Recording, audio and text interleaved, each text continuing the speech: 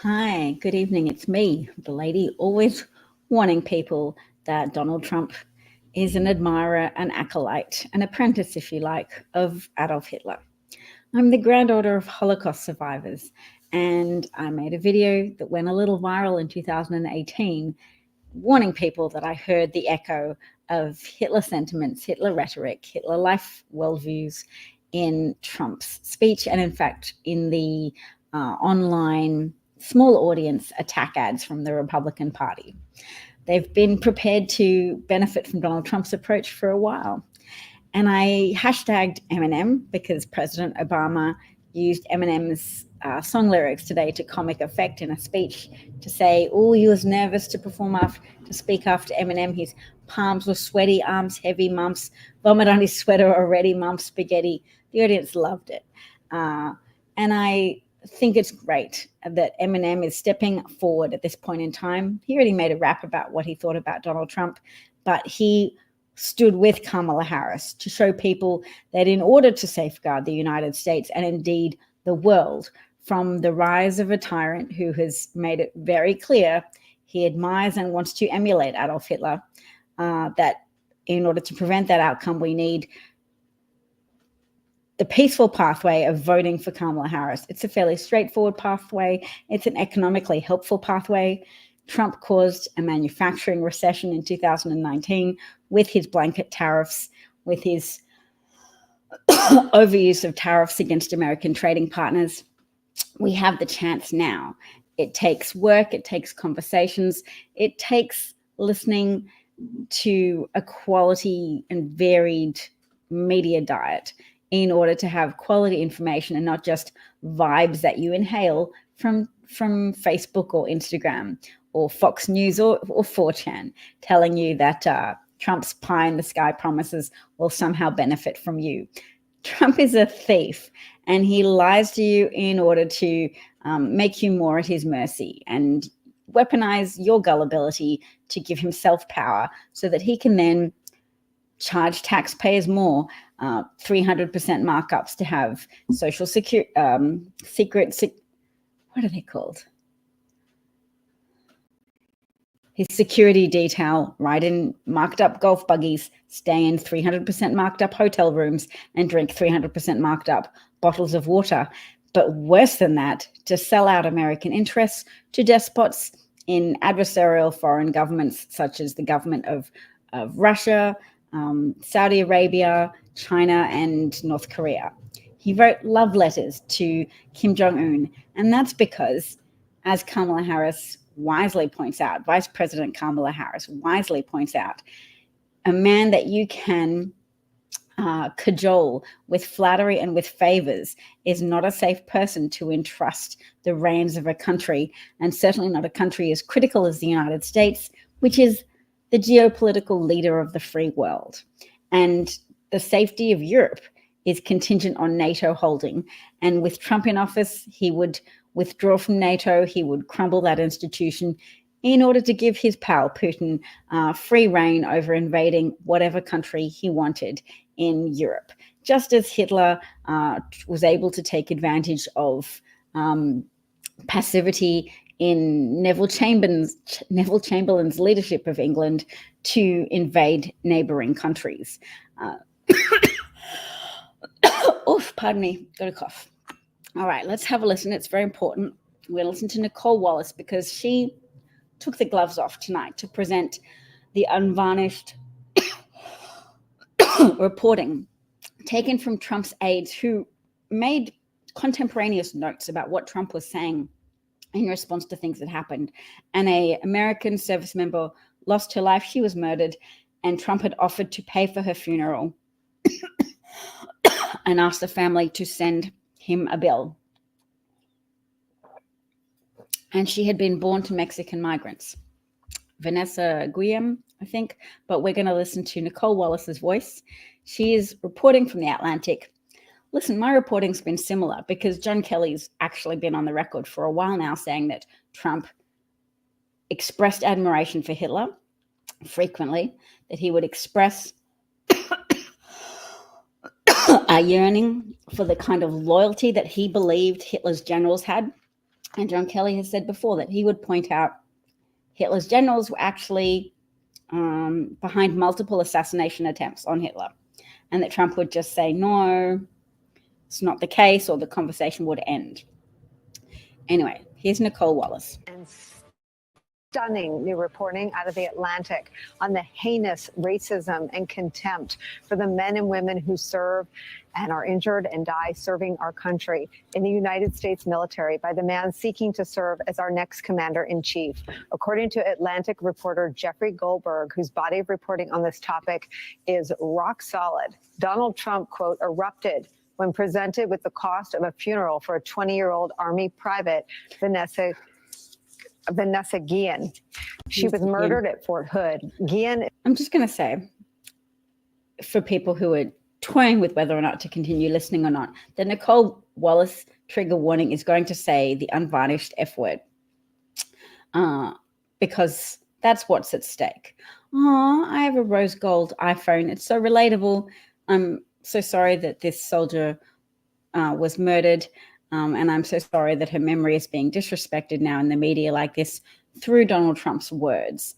But I'm going to press continue. Is the daughter of Mexican immigrants. She grew up in Houston, Texas. Jeffrey Goldberg reports on what happened at an Oval Office meeting in December of 2020. Quote, at a certain point, according to two people present at the meeting, Donald Trump asked, quote, did they bill us for the funeral? What did it cost? According to attendees and to contemporaneous notes of the meeting taken by a participant, an aide answered, yes, we received a bill. The funeral cost $60,000. Trump became angry. Quote, it doesn't cost $60,000 to bury a fucking Mexican. He turned to his chief of staff, Mark Meadows, and issued an order, quote, don't pay it. Later that day, he was still agitated. Can you believe it, he said. According to a witness, fucking people trying to rip me off. That's Donald Trump using the F word to describe a funeral that he had offered to pay for a member of the United States military. With 14 days to go, we apologize for the profanity, but we want to quote Donald Trump accurately and be faithful to this extraordinary body of reporting. Okay, so that's historic reporting from Nicole Wallace, because when people depart from the customary, that's when you draw eyeballs, that's when people pay attention. We are evolved to look at the unusual. Our attention is drawn to things that don't match a pattern, repetition, the expected, the customary, and then something that doesn't conform, and we pay attention. So Nicole Wallace is helping the audience pay attention to what is transpiring tonight, and that is that people who've worked with Donald Trump are getting more insistent about bearing the truth of his administration to the American voting public. And for a good reason. They understand that when he gets back in office, he's been given carte blanche by conservatives on the Supreme Court, 3 of which he appointed himself. They've given him presidential immunity and said essentially that he does not need to abide by the rule of law. If he's acting in an official capacity, he can't be prosecuted. And what's the definition of acting in an official capacity? They didn't say. It was just to give a pass to Donald Trump and say, don't prosecute the Republican candidate for president, showing a degree of corruption, quid pro quo, pandering to a political party that brings shame on the American system of checks and balances, and obviously undermines its efficacy as a system of checks and balances. The Supreme Court said, are we here to be a check to Donald Trump if he is in the executive branch of the government? No, we're not. I'm sure they'd be prepared to be a check or a balance to Joe Biden if he tried to break the law, or Kamala Harris if she was in office and tried to break the law. But for Donald Trump, they wanted to just hand wave away all his many public confessions to crimes, as well as all the evidence that Jack Smith is obviously gathering of his behind-the-scenes efforts to overthrow the system of democracy in the United States, the system of government for the people, not for the oligarchs, not to enrich extractive capitalists at the expense of people who just want to be able to make a living, grow to their potential, live an authentic life, and take care of their families, and have a habitable planet for the future and for their offspring and succeeding generations.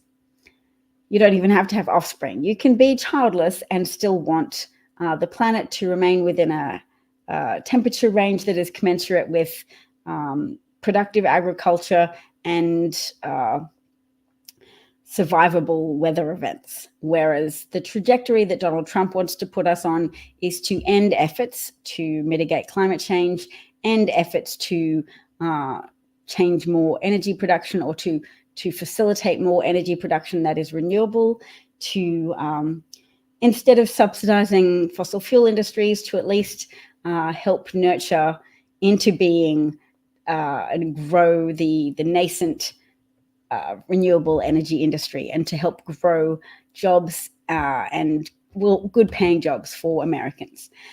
America's economy is currently the envy of the world, and a lot of people don't know that.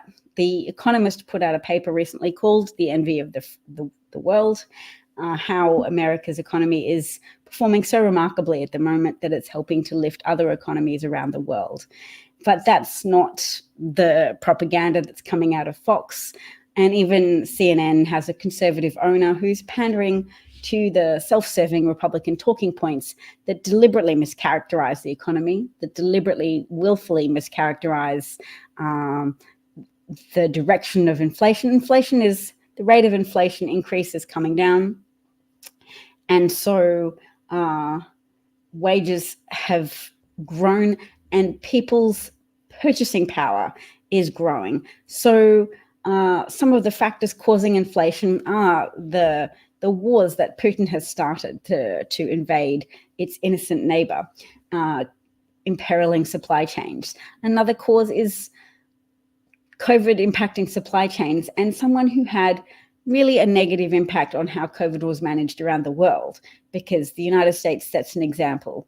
And the man who refused to have a national testing strategy, the man who refused to have a national surveillance strategy to identify disease hotspots and contain COVID when it was in its early stages, that was Donald Trump, who determined for himself that it would be more politically expedient to allow COVID to rage in mostly blue states, Democratic-dominated states, and then be able to point the finger at Democratic governors and say, look at their incompetence. Not me. National testing strategy, what's that? It's just their fault that this is happening. And of course, viruses don't stay contained to states. They started in the blue states because blue states are often coastal and have more international travel and more tourism. So the virus spread there initially, and of course spread to other states as well. States less coastal, less tourism heavy, and we know the result. The result is that disproportionately high numbers of Republicans died even before vaccination, but that discrepancy between Republican deaths and deaths in Democratic-dominated counties increased after the vaccinations were made widely available. And that's a consequence of people trusting Trump and trusting his co-conspirators in the Republican Party and the Republican influencer sphere, that they thought, nothing to worry about. I don't need to take precautions, don't need to mask or physically distance myself from other people. And I certainly don't need to get vaccinated because none of this is real. It's all a confected circumstance meant to make Donald Trump look bad. And Donald Trump reinforced that, saying things like, oh, well, we don't need more testing because that's how you get higher numbers. No, testing identifies the higher numbers that exist and helps people to make informed choices about where schools, where people need to take more precautions, where businesses could have temporarily closed and schools could have temporarily closed, instead of there having to be a chaotic multi-state approach where governors each had to try and figure it out for themselves and had to compete with each other to obtain resources such as personal protective gear. And at the same time, Donald Trump was exporting Abbott COVID testing machines overseas for Vladimir Putin's personal use. because that's the kind of relationship he has with Putin. He helps him. He's subservient to Putin and to Putin's desires. So when Trump says he'll end the war in Ukraine straight away, it's because he won't defend Ukraine, and he'll say, have at it, Putin. And people of Polish background will know this as well, that when Russia wants something, if it doesn't experience stalwart opposition, and including military level defiance, it will continue to invade and murder and pillage its neighbors. That's the nature of the government of Russia at the present moment under Putin, and there sadly has been some history in that department of Russian conquest. All right, I'm going to take a sip of this drink. We will listen to some more videos. I have more because I bookmark things that are interesting. Oh, have you heard me play? Because I play this every day, I remember. A video that commences with Trump personnel staffer John McEntee. He was eventually hired for failing a security clearance because he was a profligate gambler, and is also a racist, vapid sociopath. To quote the account that posted it, what do they call him? McEntee is a vapid sociopath, and he said, "Oh, so where are these women that Kamala Harris mentioned that are bleeding out in hospital emergency parking lots?" And one woman told her story. I'm going to play it now. But just so you know, one woman is one data point, but the Texas maternal mortality rate has increased by 56% since 2019, as opposed to the rest of the country more generally, where the maternal mortality rate has increased by 11%, some of which is probably attributable to COVID. But the discrepancy between a 56% increase in Texas and an 11% increase nationally shows that and that's not to say 56% of women who get pregnant are dying in Texas. There's a maternal mortality rate, and it's increased by 56% in Texas. It's not ironic.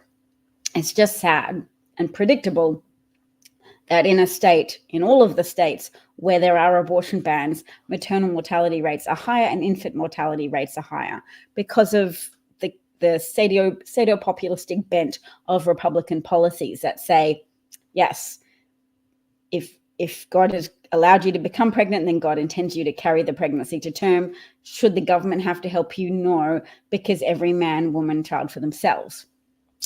And it's not a very pro-social idea of government. Government is us pulling our resources together to help buy things for our community, our societies that actually help us advance. So we pool our resources, and then we can pay for roads, road maintenance, airports, police officers, etc., and also pay for social safety nets that help people who need extra help for their kids to be fed and can think and learn at school, because we collectively benefit from that. And that understanding underpins Democratic policies, but that understanding doesn't underpin Republican policies, because for decades they've been intellectually infected with the thinking of people like Ayn Rand and the kind of pseudoscientists. I have a bit of a cough. I tested for COVID and I'm tested negative, but I'll test again.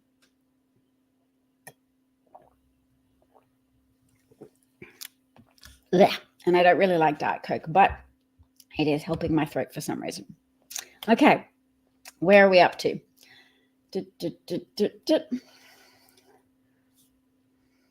We're up to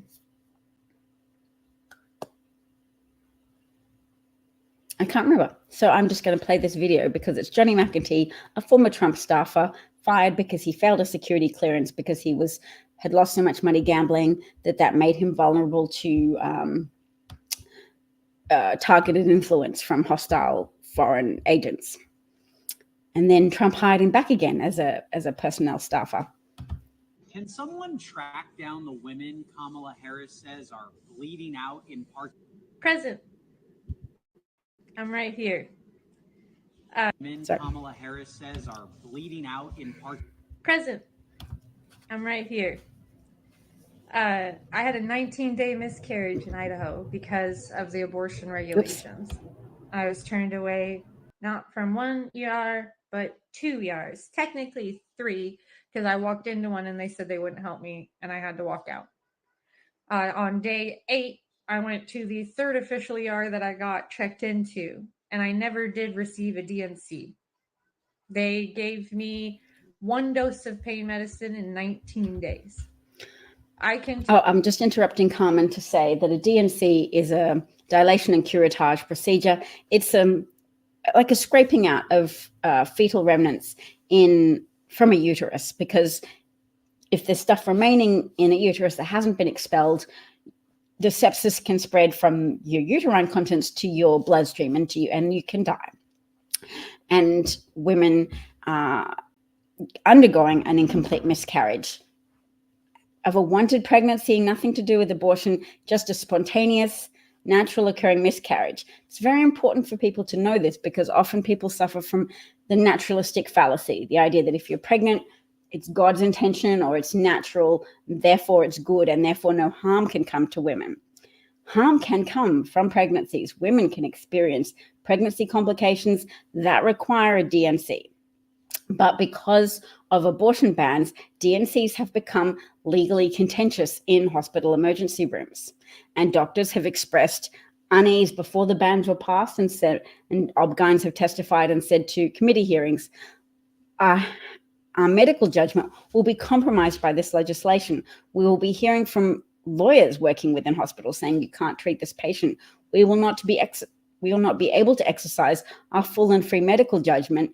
We'll also be facing severe legal consequences if people who don't even understand medicine judge our work and judge our medical decisions and say, oh, well, no, you shouldn't have treated your patient because she only had a 40% risk of dying, but her fetus maybe could have survived if you just hadn't terminated that pregnancy.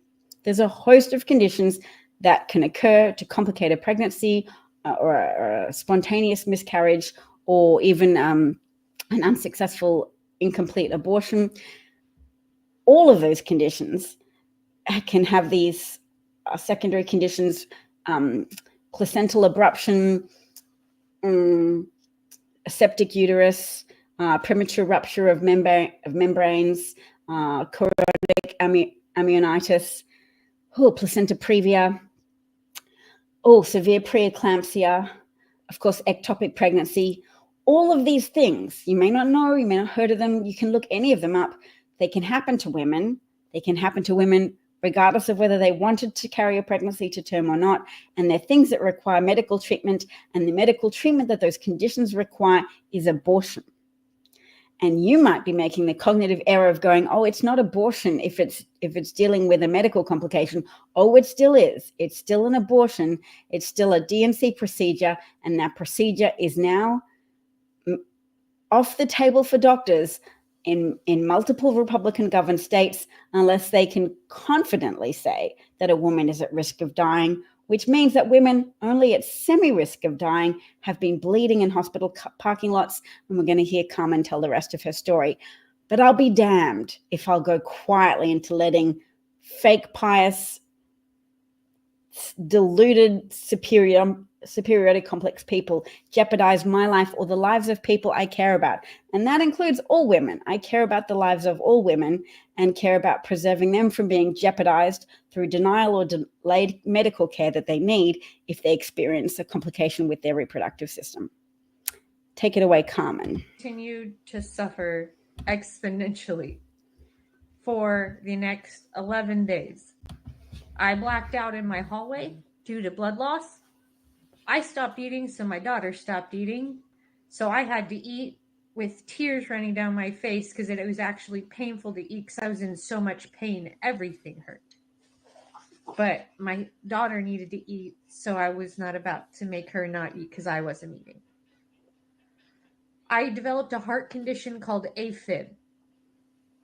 It means my heart doesn't work right anymore. And it fucks up. So if I get too excited, too hot, too much in pain, too traumatized, if somebody yells at me too much, my heart fucks up. And so I have to regulate for my heart to keep active. Otherwise, I could have a heart attack and die. I have to deal with these side effects for the rest of my life because of abortion laws. And I can't control other people's actions. I can only control what I can do. But yeah, women are bleeding out in parking lots. I actually have a pinned video of me saying they're going to just let me fucking bleed out here, if you want to refer to that. But I'm present. Hi, my name's Carmen. You can Google Carmen Brewster and find the ABC article, the Insider article. Yeah. You can find a whole bunch. BuzzFeed. But yeah, we exist. So for me, the takeaway from Carmen's story is not only is she a mother who's caring for a daughter, not only has she got that on her plate, but she now has atrial fibrillation. That's what AFib is short for. She has a heart condition that she can have irregular heart activity triggered by getting too hot, too agitated, if somebody yells at her too much. That's a condition that will persist with her, a young woman, for the rest of her life due to the delay in receiving modern medical assistance, modern medical treatment, because it's taken women back. Make America great again. But the movement precedes that. The so-called pro-life movement precedes that. And I'm going to call it the so-called pro-life movement because I've been calling it the forced birth movement. Hey, look, the concession I make to the so-called pro-life movement is that I'll cheerfully call unborn babies, and not just call them fetuses, because I don't need to dehumanize them. I can acknowledge the humanity of an unborn baby I've carried to term. They're beautiful children and I love them. I don't have to dehumanize them in order to assert that my self-interest in protecting my legal standing with regards to access to medical care as needed to preserve my life should take priority over any fetus or unborn baby residing in my body that I am hosting. Because if I got a cancer diagnosis, if I was pregnant and got a cancer diagnosis the next day, I would say, yes, please terminate this pregnancy so that I can receive chemotherapy or radiotherapy, so that I can maximize my chances of survival, so that I can care for my babies that I have now. And they're not babies anymore, but they still need their mom. Do you understand that that should be my choice? And if I was so religious that I said, no, I'm going to take my chances with this cancer, I believe God will save me, or maybe just, even if I didn't believe in God, maybe just I'll be lucky. I'll be lucky and I'll survive and my baby will survive. So don't treat me, withhold the chemotherapy, withhold the radiotherapy. I don't need potentially abortifacient drugs being given to me to help kill cancer cells. I swear off all of that. Just let me proceed with this, carry this pregnancy to term. But if it was me, I can tell you now, I'm not religious and I'm not making that choice. And I live in a state in the United States that won't make that decision on my behalf and say, look, there's an overarching morality here at stake, lady. You don't get to choose. If you get a cancer treatment and you're pregnant, your pregnancy supersedes all of that because the fetus has equal legal standing to you. And I'm like, no, I'm a sentient adult human. And you're dehumanizing me if you give the unborn baby equal legal standing to me and say we cannot jeopardize that baby's life just for you, just to maximize your chances of surviving cancer. How dare these people?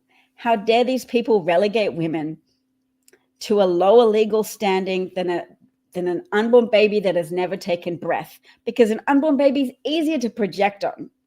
You know, you might, I don't like people. I don't like women. They make bad, slutty choices. I hate them. But unborn babies, I can project godliness and angel purity onto it. And so I'll advocate for them and disregard the consequences for the actual women who are hosting the unborn babies, but maybe doing so against their will in states and potentially within the whole of the United States, if too many stupid people vote for Donald Trump, if too many misguided, benighted, idiot people decide to ignore Trump's economic record, because even before COVID, that man caused a manufacturing recession with his blanket tariffs, because he's a fascist and had to pose like a strong man and say, look at me starting a war. He didn't want to start a military war at that point because he wanted to, and thank God for the people who gave Obama a Nobel Peace Prize, because Trump wanted to get a Nobel Peace Prize too. The Black president could do it, so could Trump. That's his aspiration that he got because Obama had one. So he didn't want to start a military war. So we at least had some time bought for us with his Hitler aspirations. He thought, no, I'm gonna win an award for peace first. Then maybe I can, who knows what he wanted to do next. But the award for peace governed his activity enough so that he just tried to start a war via tariffs, just a trade war. And he was on record saying, trade wars are good and easy to win. Trump said that. I'm going to put up on screen a little bit of reporting about what happened when Trump caused a manufacturing recession in 2019. So have a look at this headline. Let it sink into your bones. It's enough for you to be able to tell people you know who haven't voted yet, who are considering voting, who are countenancing the idiotic idea of not voting for Kamala Harris. Because staying home or voting for Jill Stein or any other white nonsense, you're helping Trump have a pathway back to the Oval Office, and that's unacceptable. I'm sorry, it's unacceptable. And if you have family members to do it, you should not be talking to them in a polite way. Just withdraw. You can talk to them politely insofar as they're open to hear information, but do not grease their fascism. Do not provide social lubricant for the normalization of fascism. You should just pull back for a bit, because those people will F up your lives, and they should experience some kind of stigma. Trump hurt the American economy. Even before he messed up the American economy by mismanaging COVID, this is what he did to the US manufacturing industry. Actually, I'll go back through my bookmarks, because I have also a personal story from a man whose business was forced out of business by Trump's tariffs. So we'll just look at when this article was published, because it's before COVID. Manufacturing is now officially in recession despite Trump's vow to boost industry. And that's published on October the 11th, 2019. That's, how many years ago is that, pumpkins? That's 5 years ago. Trump started a recession. And let's see, it says what's defined. As measured by the Federal Reserve, manufacturing output shrank over 2 straight quarters this year, that year being 2019. That's the common definition of recession. And the media has a severe dereliction of journalistic duty to not rub this in your face every day and say, this is the truth about Trump's economic record.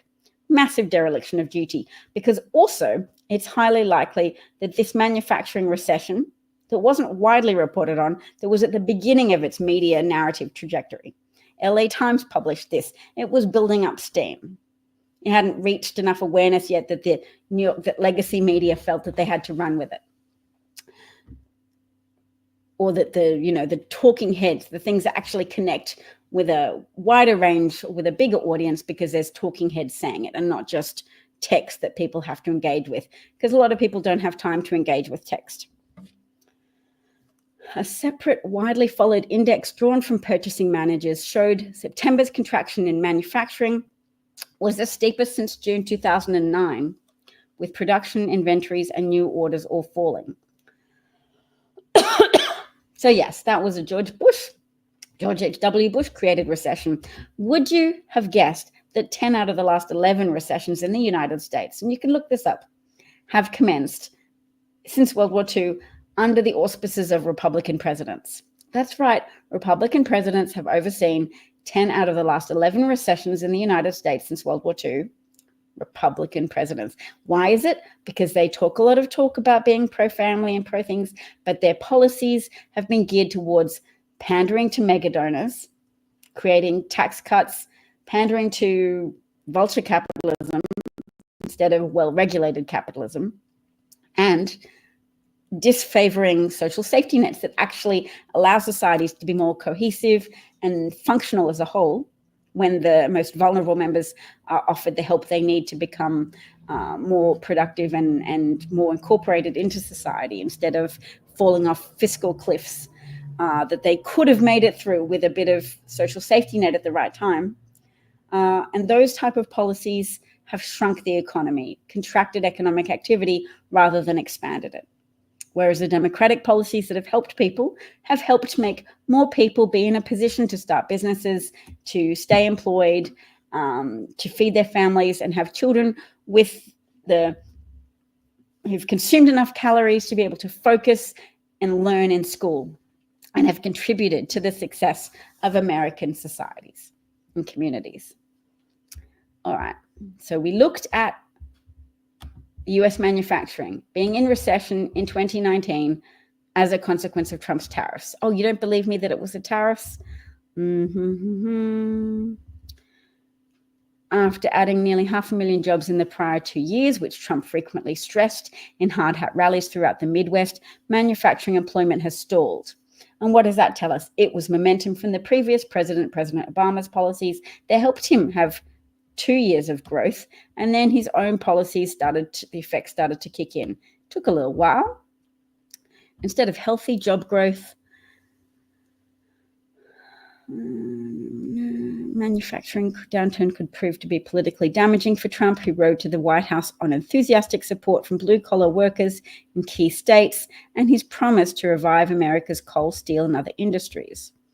Although manufacturing constitutes a far smaller portion of the whole US economy than it once did, it remains very important in a handful of swing states that Trump narrowly won in 2016, including Wisconsin, Michigan, and Pennsylvania.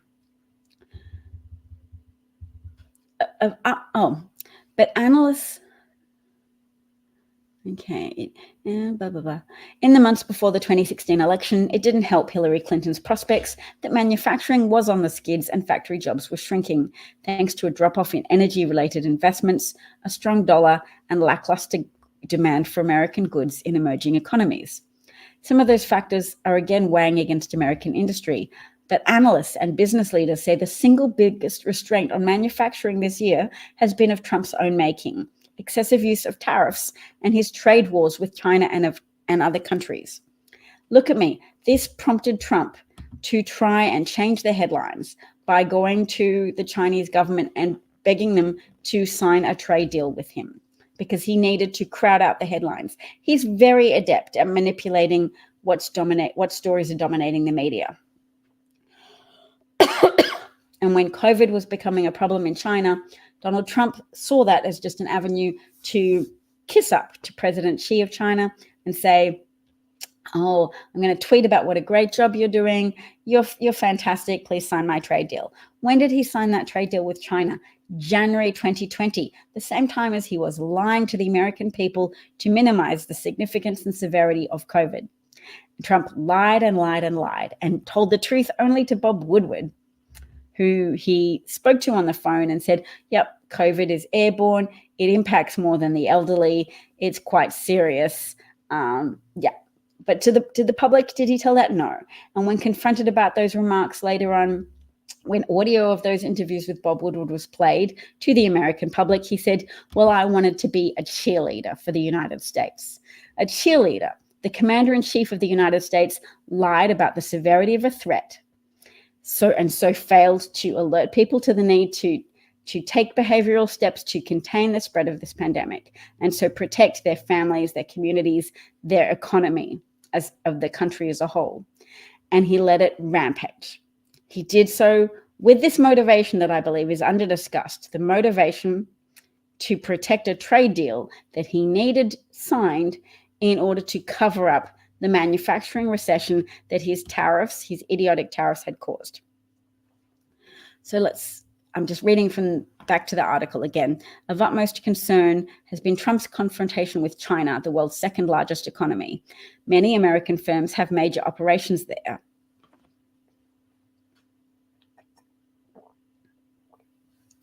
Both manufacturing, such as smartphones, and sales, such as motor vehicles. and US companies rely on China for a big chunk of their sales and profits.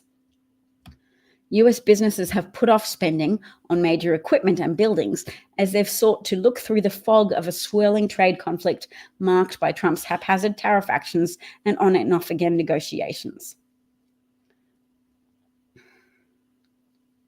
So there you go. So he was trying to formalize a deal. He got officials to conduct high-level talks. The deal was signed in January. So I can find the personal testimony of a white man who made tables and chairs in his basement, and he employed 2 people full-time. I'll go find his story.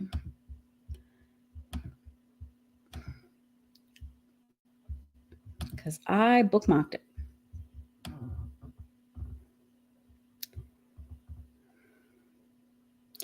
I've got more headlines that I bookmarked too. A conservative study just came out showing that Trump's plan to tax imported goods at 20% would be one of the biggest tax hikes on consumers in decades. Yes. Yes. One man's story. Here is the story I promised.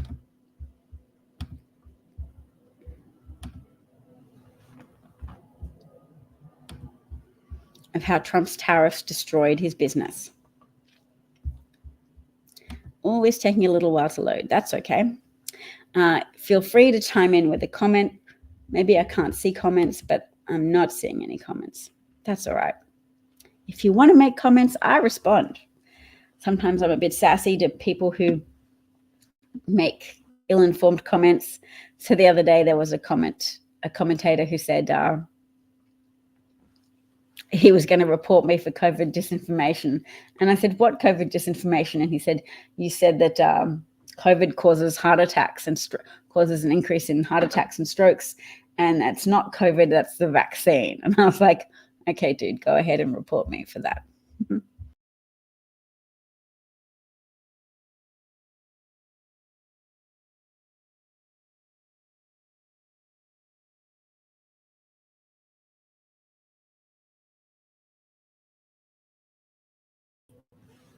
All right, I really need better internet connection, don't I? All right, well, we won't play that now. But that's M_D Smith, and he has that important story to tell.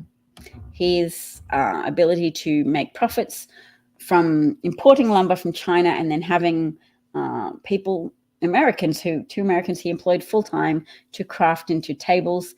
That part of his business went defunct because of the huge increase in costs, because Trump's tariffs were paid by American importers. It's a tax paid to the government to the American government by American companies importing Chinese goods. And he just needed to import a component good from China in order to use his own labor and skill and the labor and skill of his employees to make into good quality tables, and he wasn't able to do that. Hollywood called him a master of the air. To me, he was just my dad. 6 days after Pearl Harbor, Harry Crosby enlisted in the Army Air Corps to stop fascism across that ocean behind me. Dad was lead navigator for the bloody 100th Bomb Group, 8th Air Force. But at war's end, he'd flown 32 combat missions. Of the 140 airmen he deployed with, all but 3 were killed or captured. These are the men Donald Trump calls suckers and losers, the men he fought with and loved. My dad hated war, but he hated racism, anti-Semitism, and fascism even more. And he'd be horrified to see fascism raising its head in America today. Donald Trump's got a playbook to get around the Constitution, Congress, and the courts to destroy our democracy. And the checks and balances we've relied on in the past are gone. He talks about installing MAGA loyalists at the top of our military to go after anyone who disagrees with him. Those he labels vermin and the enemy within. He talks about serial numbers for immigrants and mass detention camps. We've seen the likes of that before. It's everything the greatest generation fought to defeat. Listen to the people who were with him last time and won't be around to stop him again. Trump's defense secretary warns Trump is a threat to democracy as we know it. Trump's chief of staff says Trump has nothing but contempt for the Constitution and the rule of law. Trump's top general calls him fascist to the core, the most dangerous person to this country. Even J.D. Vance got it right the first time when he called Donald Trump America's Hitler. Think about it. My dad would crawl out of his grave and back into a B-17 if that's what it took to protect our freedom. All we have to do is vote against Trump.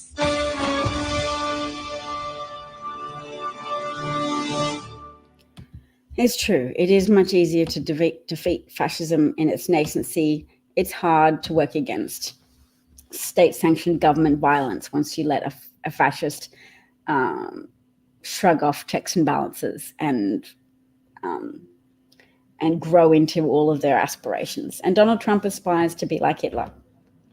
He admires Putin, and he'll facilitate Putin's violence, conquest, imperialistic takeovers, and murderous invasions of other countries. He said he doesn't support NATO.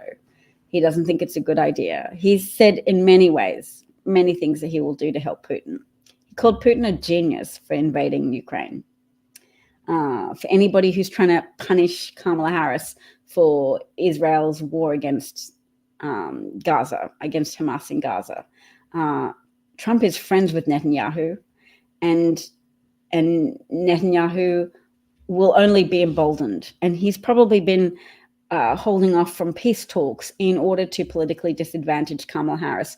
Well, he's only got 2 weeks left to do that. But don't help Netanyahu and don't help his buddy Trump. Look, my understanding that Trump was a fascist was born of recognition in 2016 and 2015 when he was running, and I could hear his deployment of a fascist technique, and that is to weaponize otherism, that tendency that humans have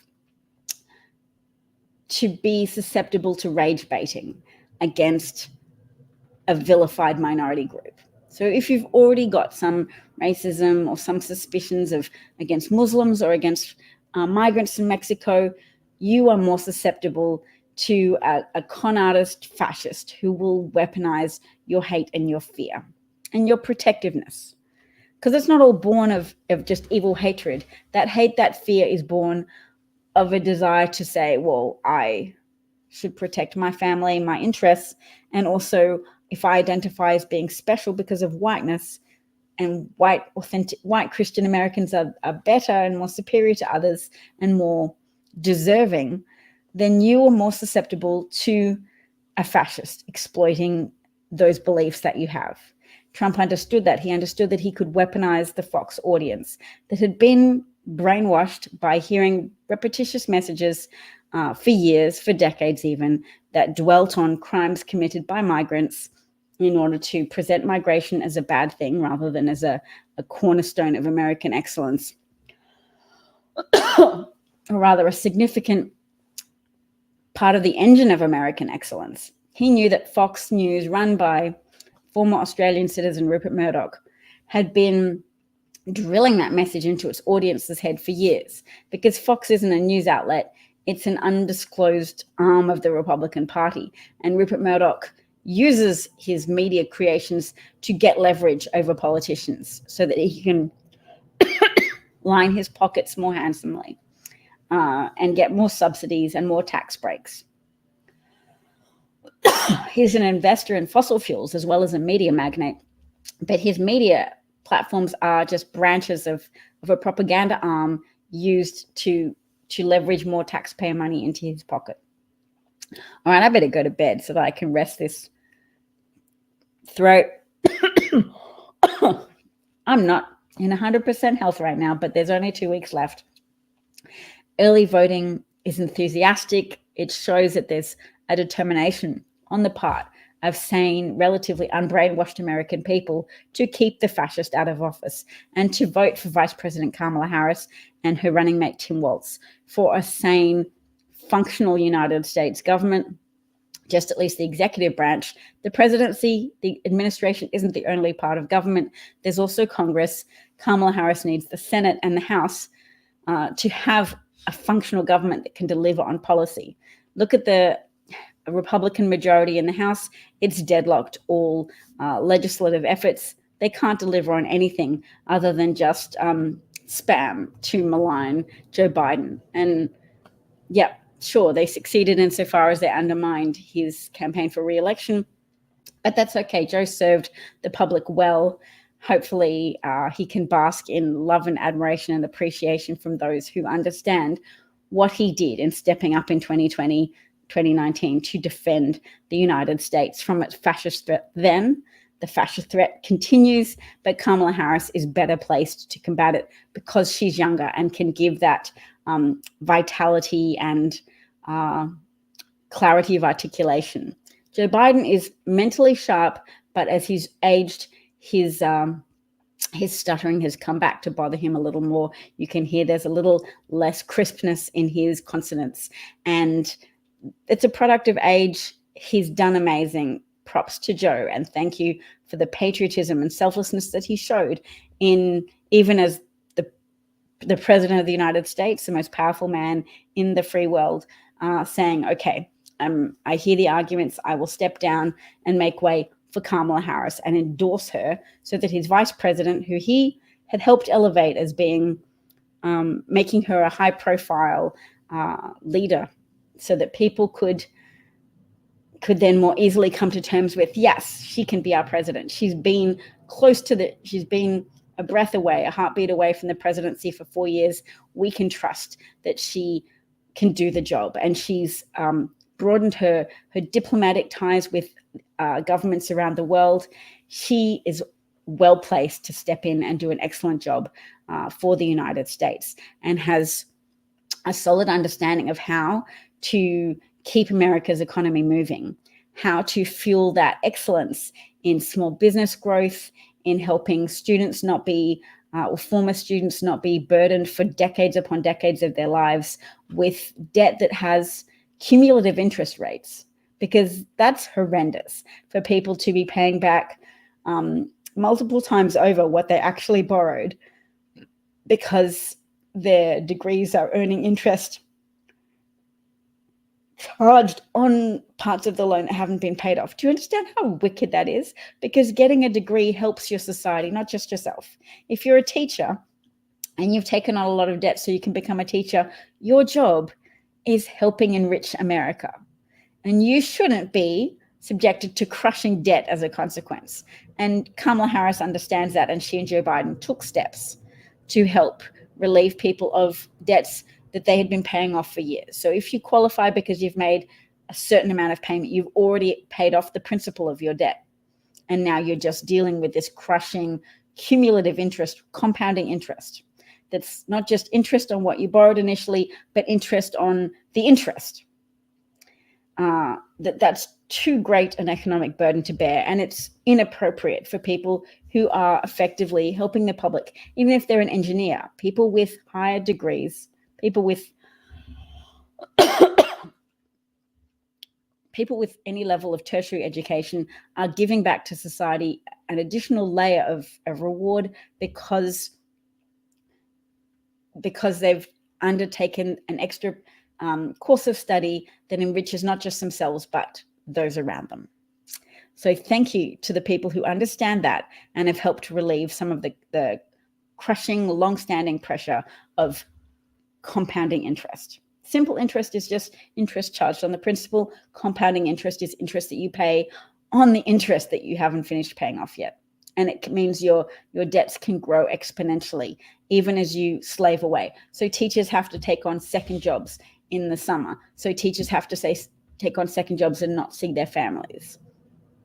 If you're a teacher, you're helping your society, and you should be encouraged to be able to do that and not suffer under crushing burden, unless you're so wealthy or your family's so wealthy that they've just paid off your debt, paid off your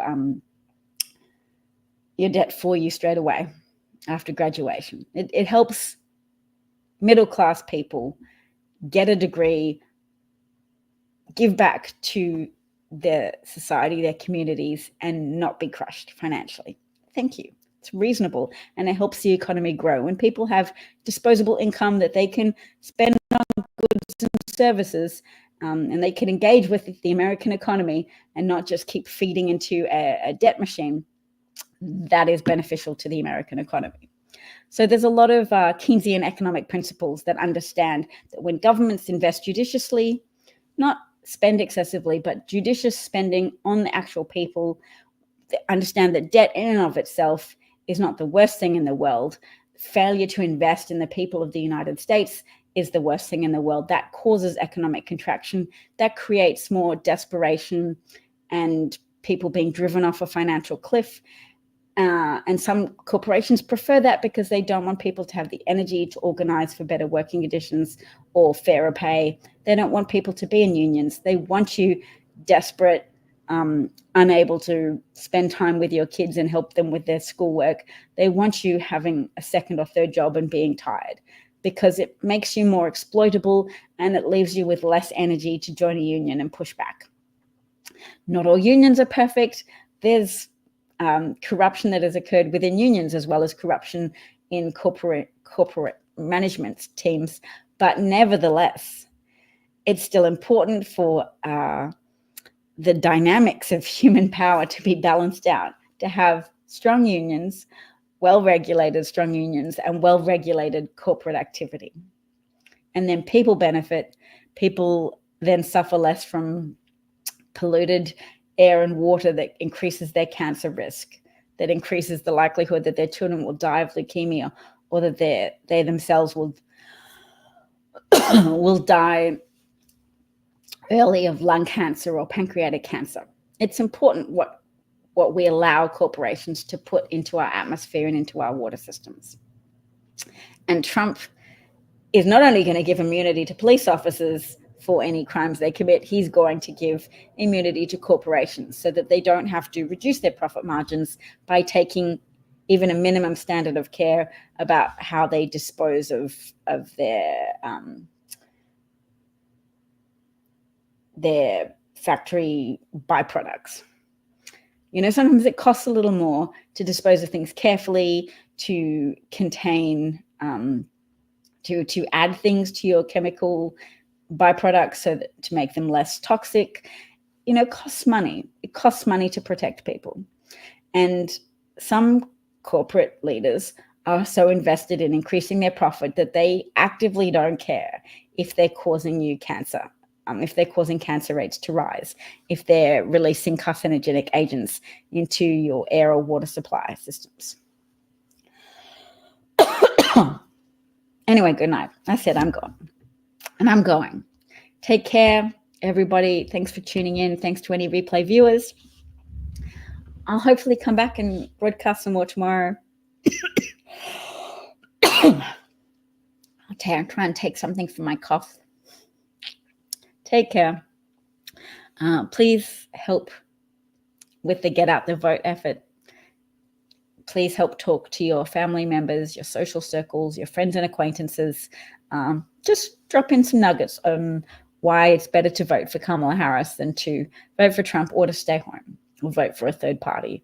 It's better to vote for Kamala Harris because the economy actually has so much going for it right now. California is the 5th largest economy in the world. Texas is also a world-beating economy all of itself, even though it's just a state, it's not a country. California and Texas have huge economies, and the United States is leading the world economy and lifting other world economies by virtue of its strength. So give the Democrats credit for it. The media won't, because the media is owned by a few consolidated owners who are highly emotionally invested in minimizing the amount of tax they pay and maximizing the amount of public dollars they receive in the form of subsidies, as well as tax breaks and tax benefits. They don't want to have to pay to keep roads maintained or bridges. Anyway, just help your community, help your country over party. Peace out.